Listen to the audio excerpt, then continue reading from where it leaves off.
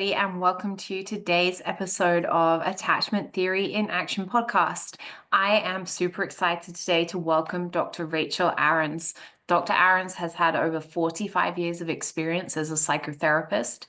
Initially trained as a philosopher, she served as an associate professor at the University of Toronto before transitioning to therapy, earning her master's in social work.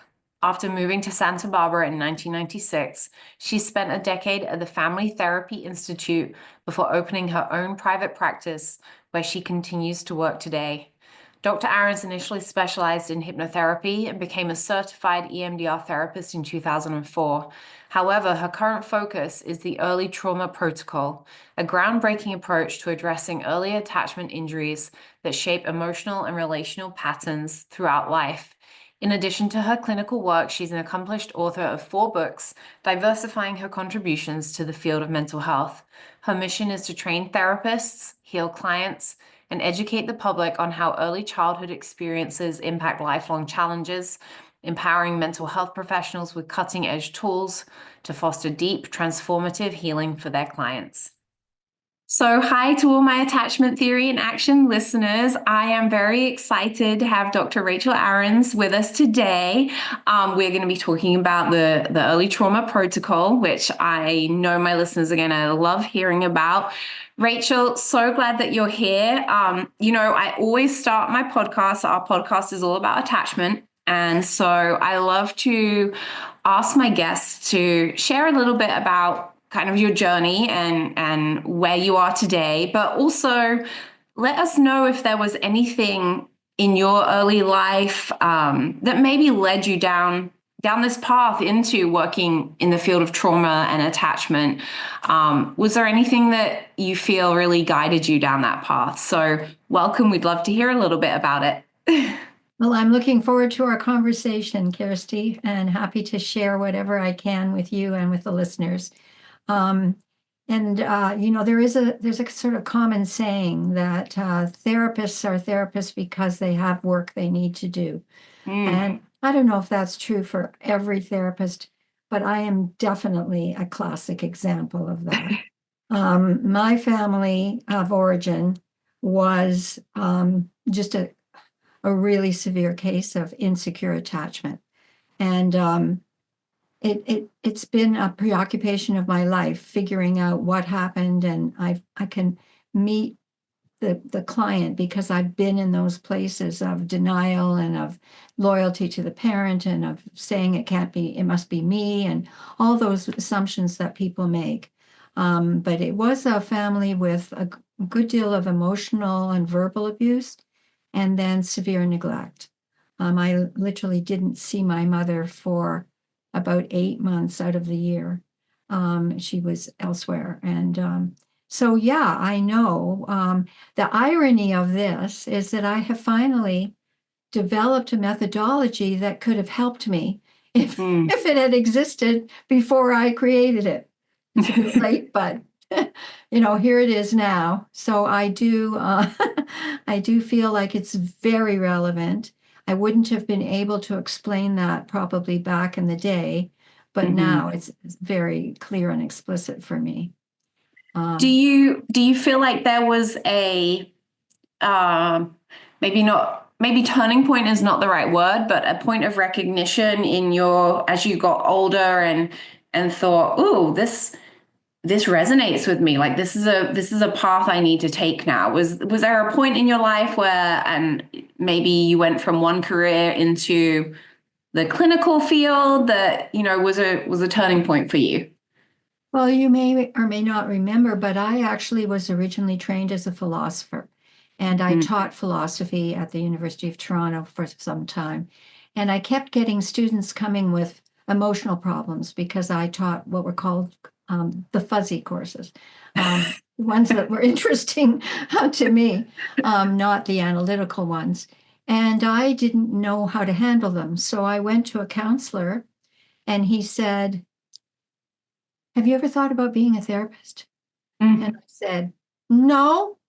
And he said, "Well, I think you'd be a good one and I'm willing to train you."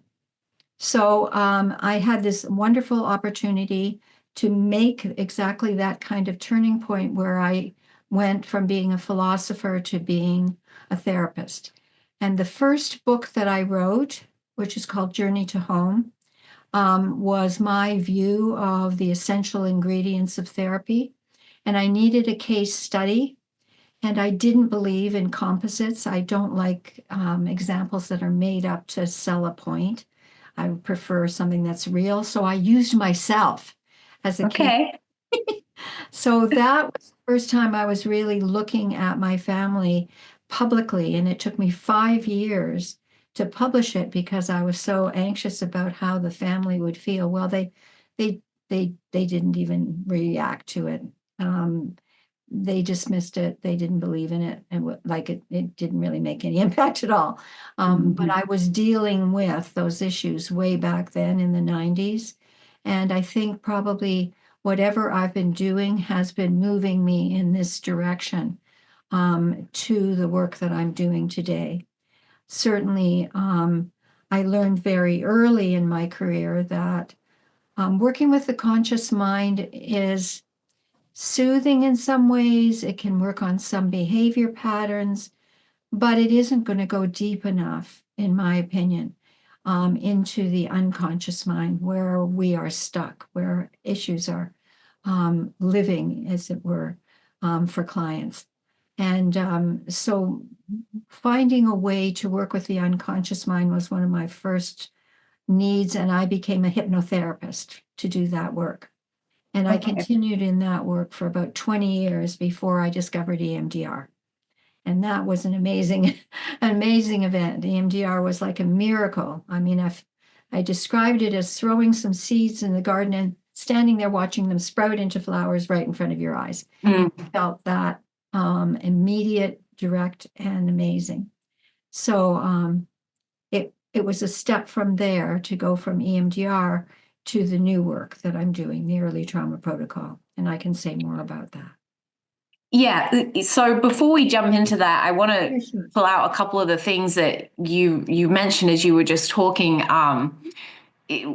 We have these questions that you and I have kind of formulated to guide this conversation, but as it often does, the conversation goes in different directions. So we'll come back to the trauma protocol and the EMDR piece. But one thing that I really picked up on and that I think is important for us to discuss is, you said like you were teaching the fuzzy subjects of philosophy, which I feel like now as a society, we are still a little bit slowly, but we are moving away from this idea that philosophy and psychology are these fuzzy subjects. But there is still this stigma, there's still this like big misconception and misunderstanding about the things that happen early in our life being irrelevant or not having an impact because we don't remember them, or because we were a child when they happened.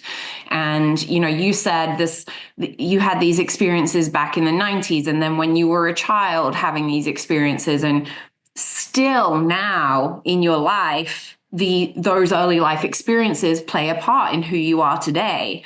And so I think, tell me a little bit about your thoughts about this misconception that, just because it happened as a child, that children don't remember, and so it's not important. What's been your experience, and what are your thoughts about that? Well, unfortunately, that is a viewpoint that has not disappeared. On the contrary, there really are many, many people in our culture that operate on the assumption that what happens in the early years of life really makes no important impact on babies and very young children. And what they say, like you suggested, is, well, how could it matter what happens to them when they don't remember anything? And of course, what this is not only a false assumption, it's a dangerous one.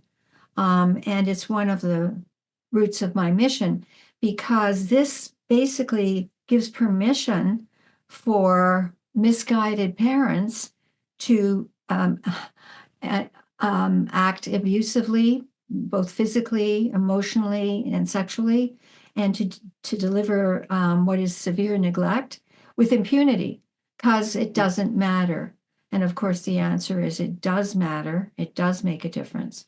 And part of the important thing is to notice that it's not only the period from birth to age 4 where there is, well, 3 maybe, where there is no explicit memory or language. It's also before birth that there are impacts going on right all the way from conception. I go back as far as conception to birth to age 3 that are making an impact. And that has been an area that has been viewed as inaccessible.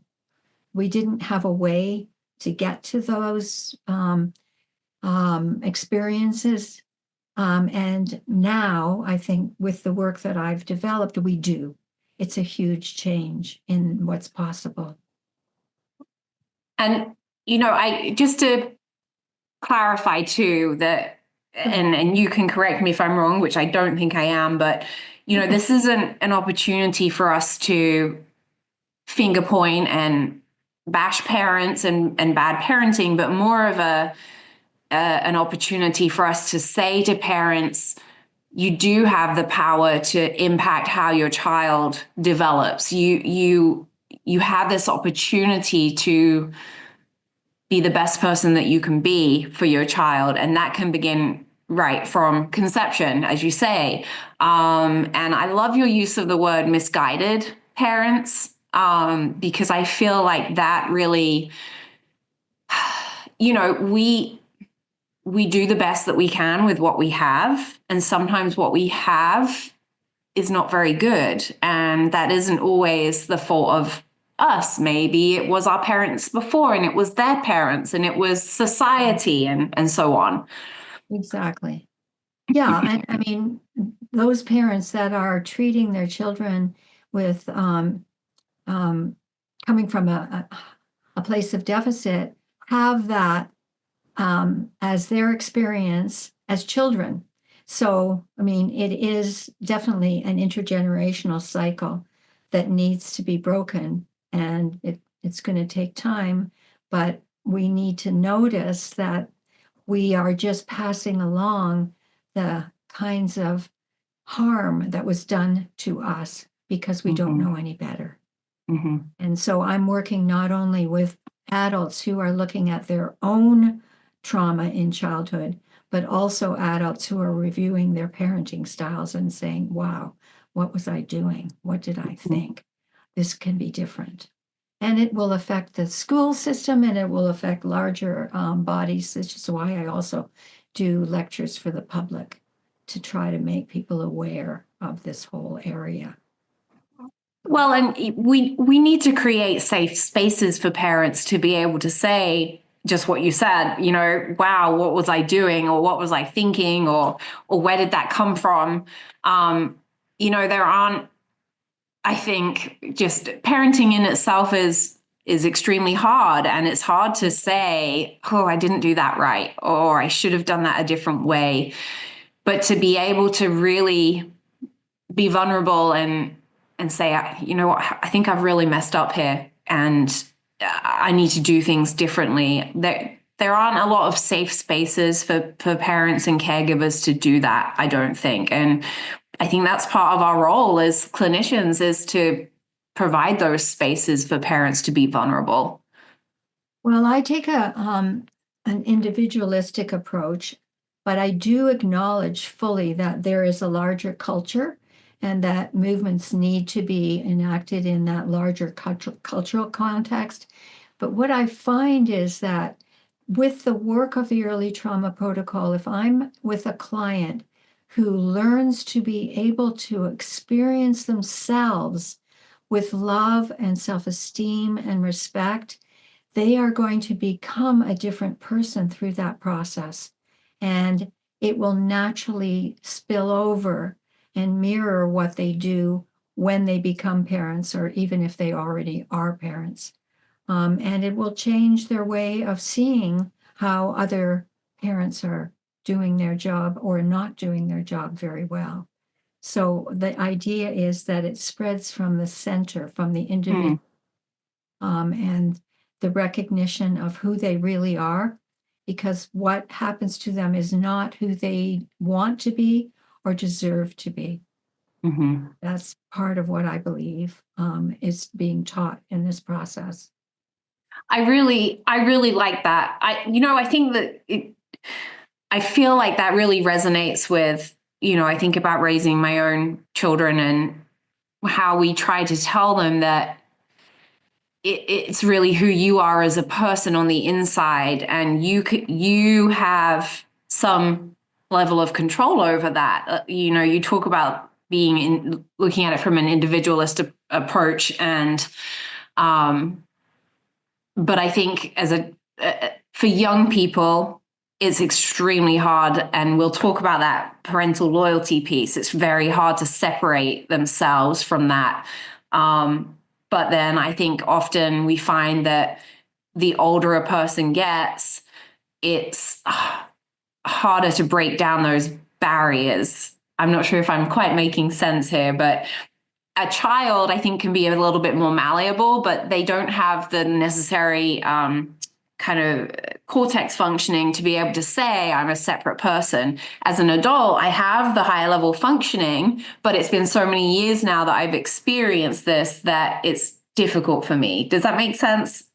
It does. It does make sense, Kirsty, but the thing that happens when someone is a client in this work is that they are learning to empathize with themselves at that very early stage of life. They're beginning to see that what comes up is something that went wrong for the baby at that age and stage. So their point of view on themselves is gradually and cumulatively changing as we go from one time frame to the next, and we do that consecutively. The other thing that we do that's really important is we notice what went wrong, we give the interpretation, we figure out what it's about, what happened, and then immediately we make a repair. So we're not wallowing in, oh my God, I had the worst parents. Oh, everything was terrible. We notice it, we recognize it, and then we look at the healing or repair that comes with what is going to be something I'll be talking about at some point, which is the mythic family, the mythic parents, the ideal parents that you would have wished to have if you had your choice of anybody.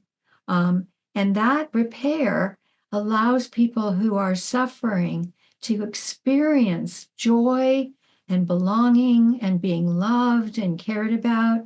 And it's a complete shift in their sense of self each time we do a repair, and gets repeated and repeated and repeated.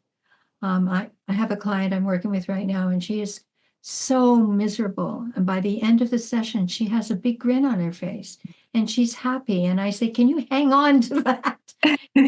Remind yourself of that, review it. Don't make it just disappear, because it is who you really are as a person. So that helps. That's part of the goal of the work. So going back to our questions, and you've alluded to some of your trauma protocol. Tell us let's hear about it in a little bit more detail. Maybe why a client might seek out the early trauma protocol, and then maybe just some of the phases that a client might go through as they go through this protocol. I know you've kind of alluded to some of it, but we'd love to hear about it in a bit more detail. Okay, sure. Well, I mean, when people come for therapy, they're coming because something in their lives is disturbing to them. And usually what happens is they're dealing with what I would call a reenactment. That is, it's not an independent event or a pattern of events. It's something that they have actually, without consciously being aware of this, in most cases, they have no idea. They've been dragging forward from their very early past.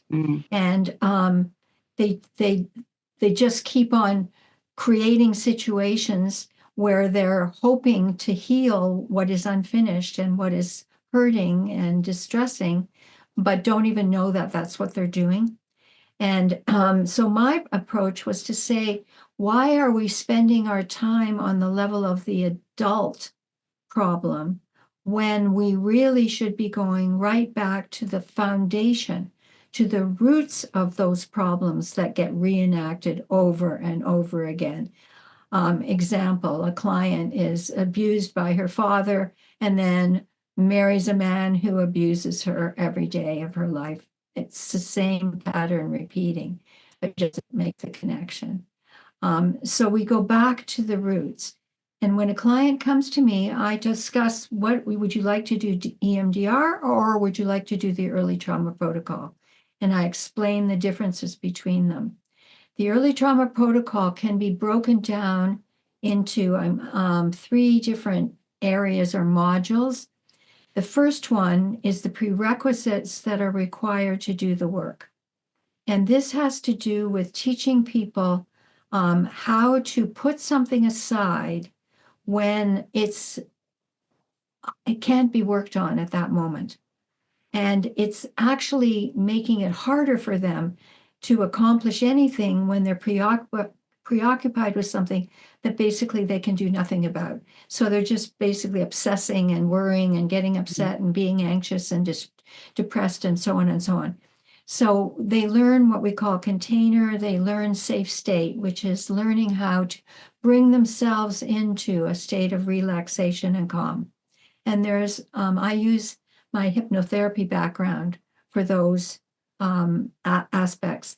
The third one, which is the third prerequisite, is really interesting. It's the fact that there is feelings are given to a baby at birth. Well, actually, no, at creation. They don't need to be taught how to feel. Emotions are hardwired. And there is a very amazing genius neurological psychiatrist person named Jaak Panksepp, who did the research to find out what are the basic circuits. And because children need to put their attention to servicing or being there for or taking care of their caregivers in order to survive, they often cut off their feelings. And they can be brought back online. And if people don't have access to their feelings, they're going to have a problem doing the work. So not having access can mean being dysregulated, becoming triggered, hysterical, upset, screaming, yelling, acting out, or it can be the opposite. It can be shutting down, being cold, being detached, not feeling anything. So we like to work in what Daniel Siegel called the window of tolerance. It's the in-between between the hyper and hypo states of mind. So those prerequisites help people in their lives. They're standalone methods, but they're also essential for doing the processing of the early trauma protocol. So that's the first one. Maybe should I move on to the second then? Yeah. I know my listeners will be thinking about everything that you have just said, and I'm thinking about everything that you've just said. I guess I will pull out one thing that I just love, and I've not heard it described like this, but right at the beginning where you said about the reason why people are coming to therapy is, they're having this kind of reenactment, sorry, that they're recreating these experiences in order to try and heal from them. And I've just not heard it put in that way before, and I just love it. So, but everything that you've talked about in kind of this first phase in this prerequisite work to me makes perfect sense. I think that sometimes it can be hard for clients because, many people come and they're in a state of crisis and they just want to feel better and they want things to have a solution. But we know as therapists that you can't just go to one therapy session and now you feel better and everything's gone away. And so you're addressing and giving them two tools in a way, a short-term tool to say, here's our container, let's learn and figure out how do we put those troubling experiences in a place where we can go to and come back to them when we're ready, so that we can heal in the long term, but also so that you have some respite in the short term. And so I love that there is that phase to this protocol, that we aren't just saying, come to a few sessions and you'll feel better. It doesn't work like that. We have to do some pre-work in order to get to a point where we can address these things and then start to feel better. So yeah, good way of putting it, for sure.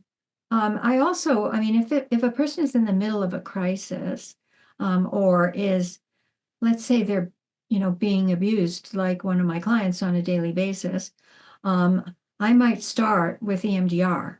EMDR meaning a way of getting some relief and release in the present, about the present. And EMDR and the early trauma protocol are not mutually exclusive. They're just different. And so I might use that first. And then when things settle down, or when they're in a position to make a deeper or longer term commitment, they will then begin to do the early trauma protocol work instead, or as well. So, if someone is, using an unfortunately relevant analogy, if someone is in the middle of a fire, okay, you don't say, okay, let's look at your little early childhood and figure out what fires meant. No, you get them out of the fire, right? Right. So, I mean, so that we do have some common sense sometimes. It's nice. So it aligns with what we do at Chaddock, in that our treatment model is based on what area of the brain the client is currently functioning in. And so we aren't tied to, I'm a cognitive behavioral therapist, and so that's all that I do. So I'm not tied to that modality. I can move between the modalities that I'm trained in and use those to meet the client where they're at. It sounds like your approach is very similar, in that you have these different tools in your toolbox, be it EMDR, be it knowledge from your hypnotherapy work, that you can use to say, this is what my client needs right now. I know where we're going, but right now this is what they need. And I can ebb and flow with them based on their need. Well, and with over 40 years of experience, I've got some tools there, and I've gone through different methodologies. And so this is where I've come to, but that doesn't mean I've destroyed everything before it. I mean, it's still there and available to be used. This, I think, what is special about this is that it's innovative. It's a work that hasn't been done and needs to be done. And that's the mission I have that keeps me going, in the hopes that I can get it done before it's too late. By done, I mean out there, known to therapists who need to be available to train, I don't mean train, I mean to treat clients, and available to clients who need the treatment, as well as the general public that needs to wake up to the way that children are treated. And this is not a primarily cognitive approach. The early trauma protocol is primarily experiential. So, for example, the second module is attachment photos. And I think that looking at photos elicits feelings on a level that learning definitions about, this is secure attachment and then it's different from insecure in this way, it's just not the same type of experience, and it doesn't go as deep. So that's why attachment photos are a major and unique part of the work that I'm doing. Can you tell us a bit more about this, the second phase? So our clients have completed the prerequisite work. Tell us a bit more about what comes next. I'd love to. So I use attachment photos in different ways. And what is really unique at the beginning is I start with animal photos. And I do that because people are less offended in looking at animals than they are in looking at human beings. And so they see this wonderful, cozy mother giraffe snuggling her little kid and think, "Oh, I don't know if my mother ever did that." It's a way of starting to elicit feelings that don't bring up the same level of defense. I also I have the very good luck of having available photos of a secure attachment, a couple with secure attachment and their first child. And I think this is important because most of my clients and many of your listeners as well, they really don't have an idea what secure attachment looks like. They haven't experienced it. They haven't seen it. Maybe they've seen Leave It to Beaver, right? They have the TV version.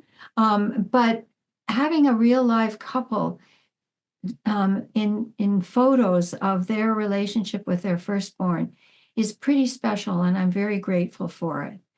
Once we've gone through what secure attachment actually looks like, then we start looking at the more prevalent condition, which is insecure attachment. And I look at the 5 different types of reaction patterns that young children have and help people to identify which of those patterns seem familiar and maybe you're still using them as an adult today. They look at those and they figure out where they stand in terms of how they reacted, but more importantly, how much they actually received of secure attachment versus insecure attachment in their very earliest years of life. So it's personal, and therapists are personally addressing their issues at the same time as they're learning how to work with clients. And for me, that is the best way for people to be trained. I was originally trained as a Gestalt therapist, and it was an in-experience training. You did your own work while you were learning how to work with others. And that's the kind of approach I take as well. So then once we've done the photos of insecure attachment and people are starting to get ideas about what they missed, what didn't work for them, what caused them pain, what caused them to be repeating cycles that are destructive in feelings and in behavior. Then we look at a set of photos which are ideal parents. Call it the experiment in imagination. And imagine that you could have the kind of parents that you needed and wanted, and all the things they would do for you, validating you and making you safe and giving you love and affection and so on and so on. So we do a set of photos. They're not meant to be examples of people they're going to choose as mythic parents. They're just eliciting the kind of feelings that are important to them. And these photos they start with pregnant mothers, pregnant couples, and then go through various stages of moms with their offspring from infancy up to age 3 or 4, and then dads, the same thing, and then some family photos. Some of my clients had perpetrators that were siblings, not so much, well, parents were oblivious, which was a problem on their part, but oftentimes it was not often. Sometimes it was not the parents, but siblings or others, caregivers who enacted the inappropriate parenting. So we do have those to cover those examples. And as they're looking at these photos and thinking about what they missed and would have wished to have, they then have the opportunity to decide on a mythic mom and a mythic dad that they're going to use in their work. And they can be taken from anywhere. Historical figures, people in movies, people who are known to them, people that neighbors, other family, it can be anywhere. And those are the people they've chosen to represent the parents they would wish they had had. And those are the parents in the repairs that are done as we go along. The listener, well, we are recording as well, but the listeners who are listening won't be able to see me because I'm just like nodding. I'm not saying anything. I'm just nodding because to me, this process just, first of all, it makes so much sense, but it's also, I am just trying to fathom how powerful it can be and is for some of those clients that you're working with, hopefully most of them, but and I'm a little speechless because I'm really trying to put myself in that position where I would be able to support somebody going through that, and how powerful that would be and how empowering for them as well. Mm-hmm. Well, I appreciate that. And your reactions are stirring me because I see that, you're getting the idea. So I'm happy about that. It's a painful grieving process at the same time as a kind of ecstatic return to who you really could and should have been. And there are examples I can give from my practice about how that works for individual clients. And so I'm kind of, I'm going to throw you a curveball here, Rachel. Okay. Ready? But I'm wondering, and we don't have to go too far down this rabbit hole, but I'm wondering about how do you support clients who are maybe experiencing, if they're experiencing any kind of psychosis or, personality disorder challenges that might complicate this process. I'm thinking about, okay, if they're trying to identify, a mythical parent or caregiver, and how do those, have you experienced that? Are there ways that we can help mitigate some of the symptomology that might come along with a client who's experiencing psychosis or any kind of personality disruptions? Well, I mean, all of us have different kinds of personality disruptions, and if you want to look at it that way, there's very few who were brought up with secure attachment and just have it all smooth and easy True. sailing. I have not worked with people who are psychotic, so I can't really respond on that point. And I think that there often is a direct connection between, schizophrenia, for an example, and the voices that people are hearing, which go back to critical voices that they've been hearing for their whole lives, but manifested later in the form of that psychosis. So that's a thought I have. But I think that the thing I want to say about that is that it's not just the mythic. This is something that is sort of the aha moment for the training of therapists, and it comes near the end of the training. So I'm giving it away. It's not just the mythic family or the mythic parents that represent secure attachment for the client. It's also, and importantly, your role as the secure other who is on the journey with you. I am there like all the way through. And I'm supporting and encouraging them to be the person they are. I'm helping them feel the empathy, and my mirror neurons are acting to help them identify the places that are painful, and then the joy and excitement they feel when they begin to realize it's not my fault. That's a huge, huge insight that is very hard for some people to accept because of that other obstacle, which is loyalty to the parent. And so they're also receiving my commitment, and I'm like, I call it, I'm there like a dirty shirt. I right. I'm not detached.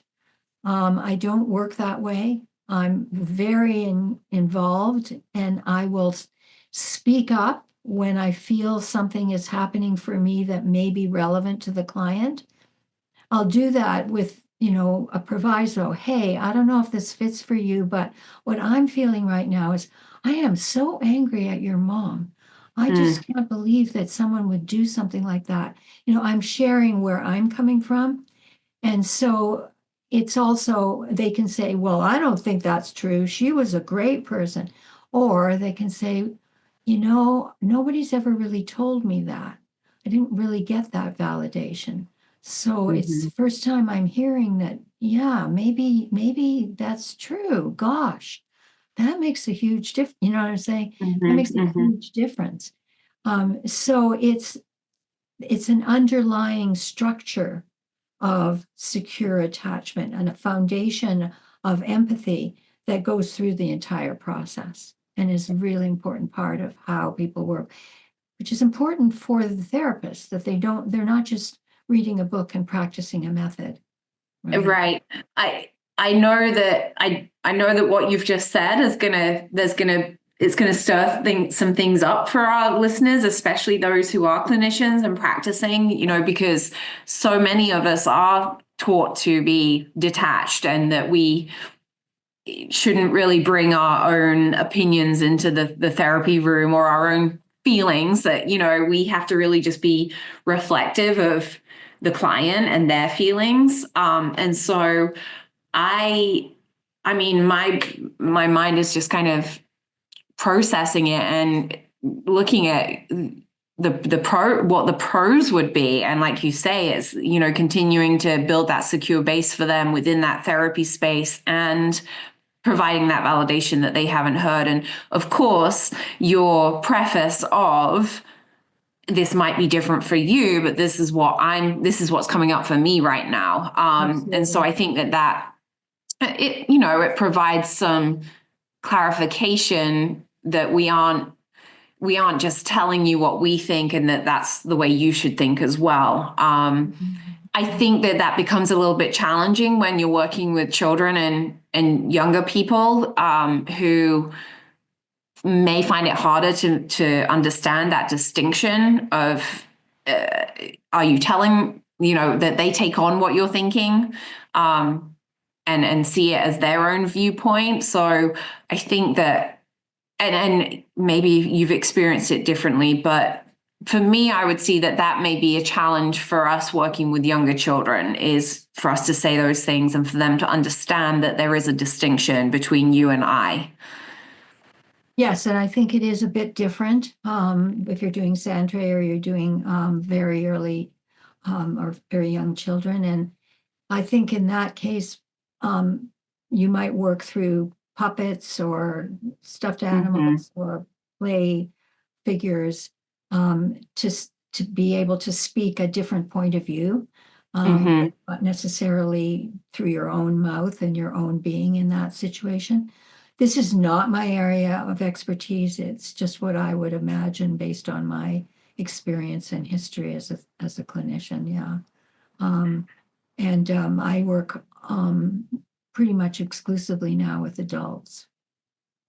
Yeah. I can only speak from my own thoughts and perspective, but if I were to try and put myself in the shoes of somebody coming to a therapy session as a client, I do feel that it could be very validating to have somebody else say that. But again, I think that it also depends on, which part of the brain is the client into, and is their cortex able to hear what you're saying, and again, make that distinction. And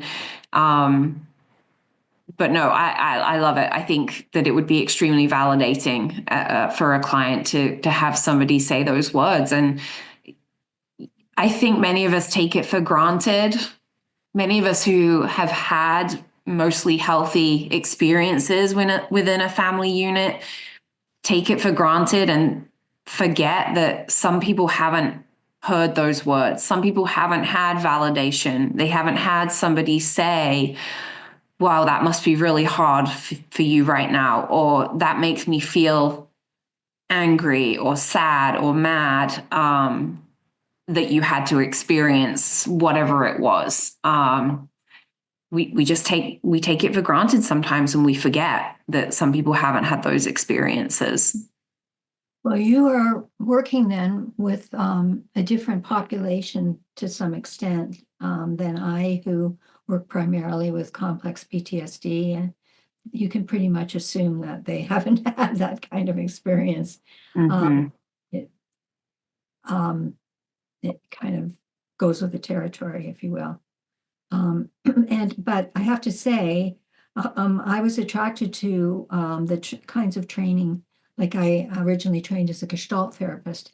And again, I had been a philosopher, and I went as anti-intellectual as I could at the time and became a Gestalt therapist because it was the opposite.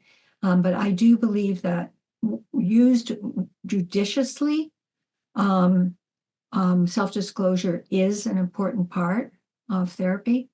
And also that you're using mirror neurons, is your focus is on them, not on you. It's coming up in the context of them, not, oh yeah, in my situation this is how I'm feeling in your situation as I'm experiencing with you right now. That kind of thing. Does that make sense? Mm-hmm. Yeah, absolutely. Absolutely. I think it takes a level of knowledge and understanding and skill to be able to do that. I think, and I would assume that most of our listeners have that level of understanding and skill to be able to do that.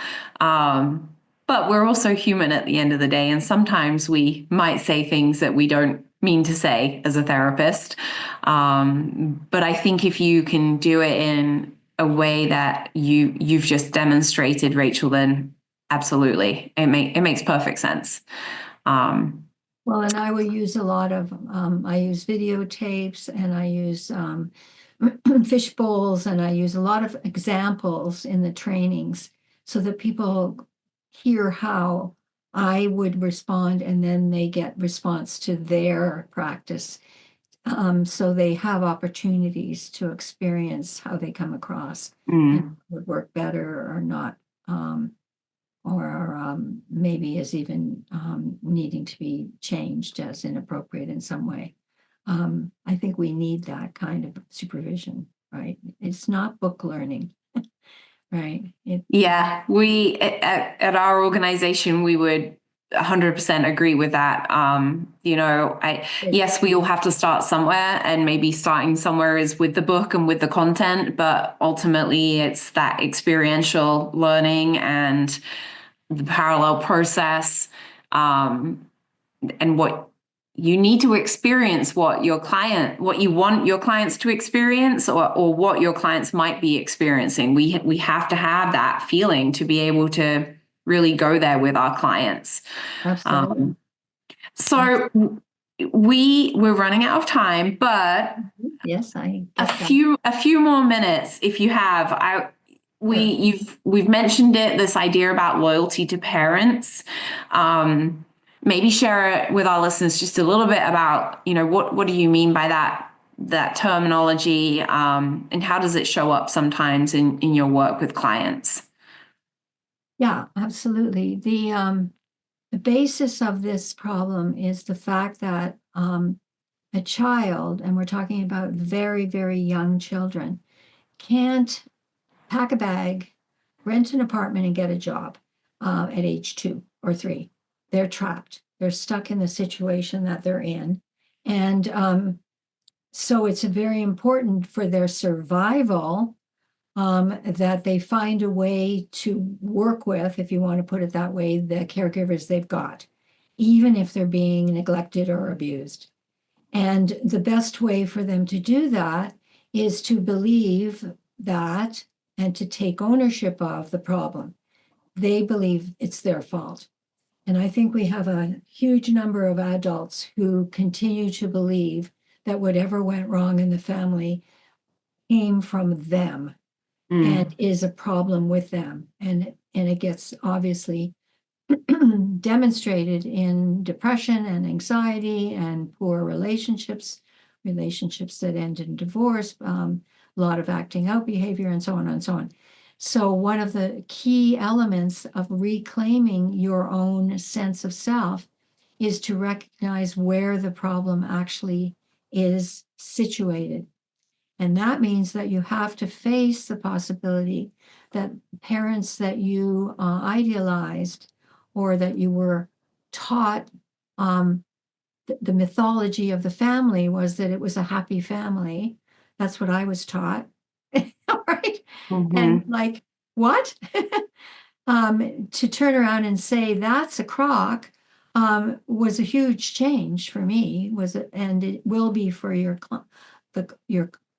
listeners' clients as well. And we can even hold that belief and continue to hold it because the voice in our heads, which is the critical voice, which I call the superego, is also in many cases the voice of the parent that continues with us through into our adulthood. So to see ourselves clearly and become who we really are authentically, we do have to question our myths about parents. And that's not to turn against them and say they're useless beings or they were bad people. Like we spoke about, it's kind of coming around for a full circle to the beginning of our conversation. They were doing their best, we hope, and their best may not have been what the client really needed.